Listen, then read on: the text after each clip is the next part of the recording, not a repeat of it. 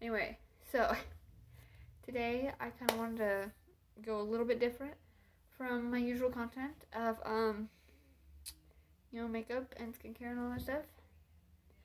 Because I kind of wanted to talk about something. And I have kind of been debating if I really want to share the story for a while now, because of the fact that I am, to this day, it still kind of terrifies me. And it definitely, I want to say, like, it kind of definitely messed me up a little bit. Not like, I'm not like going crazy or anything. It sure didn't make me feel any better. So, it sure didn't help kind of going to a new school my junior year, if that makes any sense. So I may stutter through this a little bit because it does kind of make me a little anxious, and for anyone in this story, kind of deals with attempted kidnapping, and there might be some like guns in there and stuff like that. I do want to put that as a trigger warning, okay? So if you have any trigger warnings like to that, please go find another video, because I really don't want to have that with you guys. So anyway, so I was going into my junior year, and I had just left my previous high school. Because at my previous high school, I was bullied a lot. And I really hated that high school so much. It's to be honest, kind of a bunch of rich kids. So I had to talk to my mom into letting me transfer schools, depending on where we moved, because we were like moving around a lot my sophomore year. So she ended up finally moving in with her boyfriend in the school district, and I still live in the same house. So this house here. So we ended up moving, and like I think it was July, almost August, going into my junior year. Well, so there's a park like a little ways from, so like if you walk down, like they're like quiet streets, they're like little neighborhood streets. Look down, there's like a little by the back of an elementary school. And I'm gonna like preface this by saying I don't live in like the greatest neighborhood ever, okay? So this is a no duh. So I was walking in the park one day to go work out, because at the time I really wanted to play soccer. Sorry, I keep thinking something's like right there. I know y'all can't see anything. Probably just think I'm crazy. Anyway, I was walking. I was walking to the park, and luckily I had my phone on me. I had all that stuff with me, so I had all my stuff in my backpack. And I was walking, and there was a car, kind of just sitting there, just parked, like as if they were waiting for someone. So kind of in my head, I knew, like something told me something was wrong. I mean, that's something like the weird part either. But like, in my head, I'm like trying to convince myself, okay, they're definitely waiting, like they're waiting for someone to come out of that house right there, because there's like a house right here. So they're definitely waiting for someone to come out of that house. Okay, like this, one does. So I was walking. Well, what was odd, and this is a little bit, if you've seen some of my previous TikToks, this was a little odd. That I ended up, so like I was like right here, and the car is like right here. Okay, so pretend this is the car. I'm right here. So, well, as I'm walking, and I hadn't even approached the car yet, well, it's like my vision switched. So instead of looking in front of me, like the fence is right there, my vision switched as if I was on the other side of the car,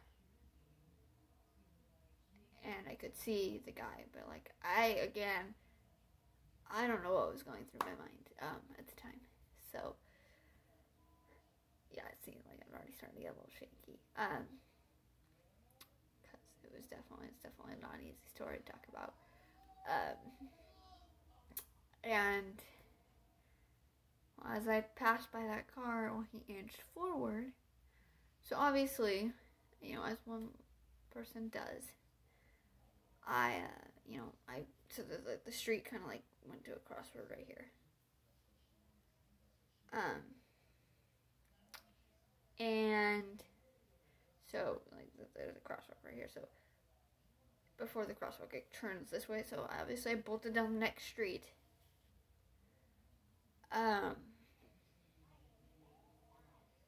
Now, obviously, when you're in that kind of situation, in my mind, it kind of just goes into fight or flight mode. So in my mind, I really didn't know what I was doing. But it sure wasn't easy. Eventually, there was a feeling of like, I'll be okay, but definitely at that first second, it sure wasn't like that.